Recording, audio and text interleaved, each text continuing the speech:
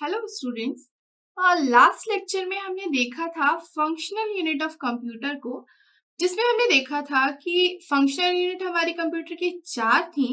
एक थी जिसमें central processing unit, that is CPU. आज हम सेंट्रल प्रोसेसिंग यूनिट को डिटेल में डिस्कस करेंगे।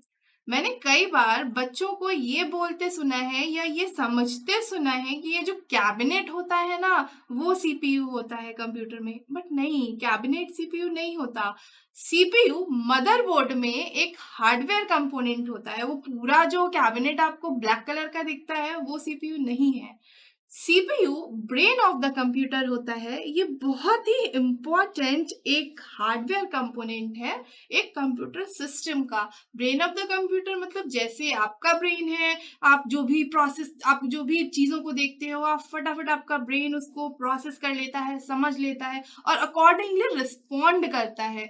वही हमारा होता है सीपीयू का काम, जो एक कंप्यूटर में होता है। जो भी डेटा एक्सेप्ट किया जाता है आउटसाइड इन्वायरमेंट पे, जिसको आप या हम देते हैं प्रोग्राम के तौर पे, वो जाता है सीपीयू के पास। सीपीयू कुछ कंपोनेंट्स का इस्तेमाल करके उसको करता है एग्जीक्यूट और एक रिजल्ट को जनरेट करके आउटपुट डिवाइसेस की हेल्प से यूजर को वापस दे देता है।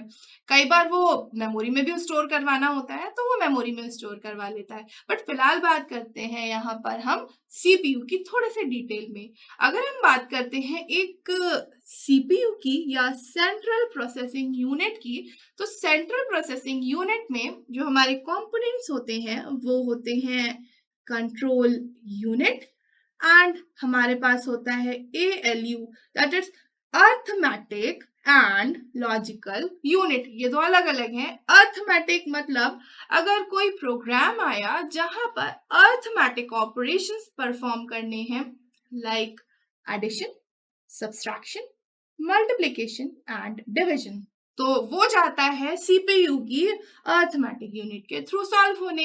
वहीं अगर कुछ ऑपरेशंस आते हैं, लाइक कंपैरिजन है, शिफ्टिंग है, एंड और नॉट, कुछ इस टाइप के हैं, तो वो जाते हैं लॉजिकल यूनिट में एग्जीक्यूट होने और रिजल्ट जनरेट करते हैं वहां पे, या रिजल्ट जो है वो जनरेट होता है। नेक्स्ट हमारा सीपीयू में होते हैं सीपीयू रजिस्टर्स। ये रजिस्टर्स के बारे में हम डिटेल में डिस्कस करेंगे थोड़ा सा आगे आने वाले लेक्चर्स में। बट फिलहाल आप इतना समझ लीजिए, ये रजिस्टर्स जो होते हैं ये फास्टेस्ट मेमोरी होती है और ये रजिस्टर हमारे सीपीयू में ही आ जाते हैं।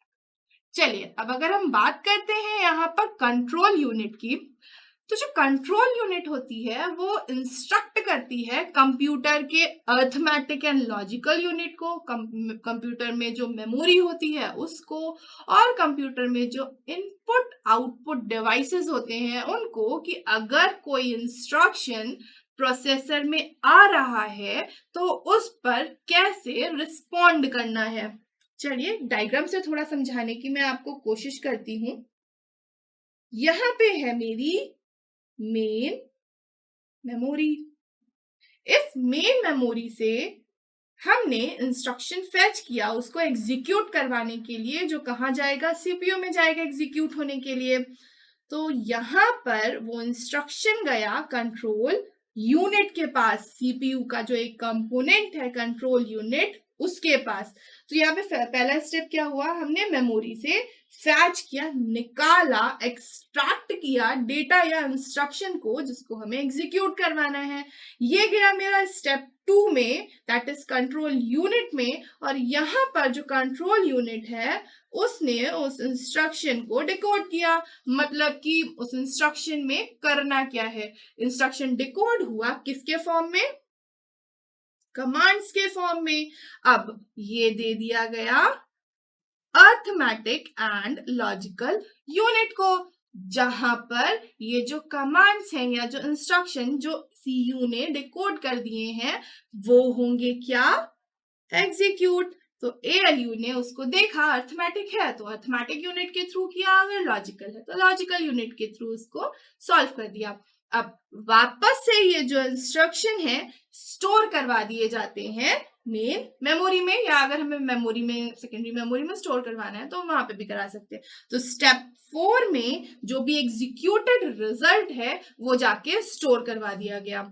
और ये जो सारा कोऑर्डिनेशन है कि प्रोसेसर में कोई इंस्ट्रक्शन आया तो फिर मेमोरी को, एएलयू को इंस्ट्रक्ट करना कि उस इंस्ट्रक्शन के साथ करना क्या है, ये सब काम होता है सीयू का। तो आज हमने देखा कि एक सीपीयू क्या होता है और हमने इसके डिफरेंट कंपोनेंट्स को थोड़ा सा डिटेल में स्टडी किया, जिसमें हमने थोड़ा सा जाना कंट्रोल यूनिट के बारे में।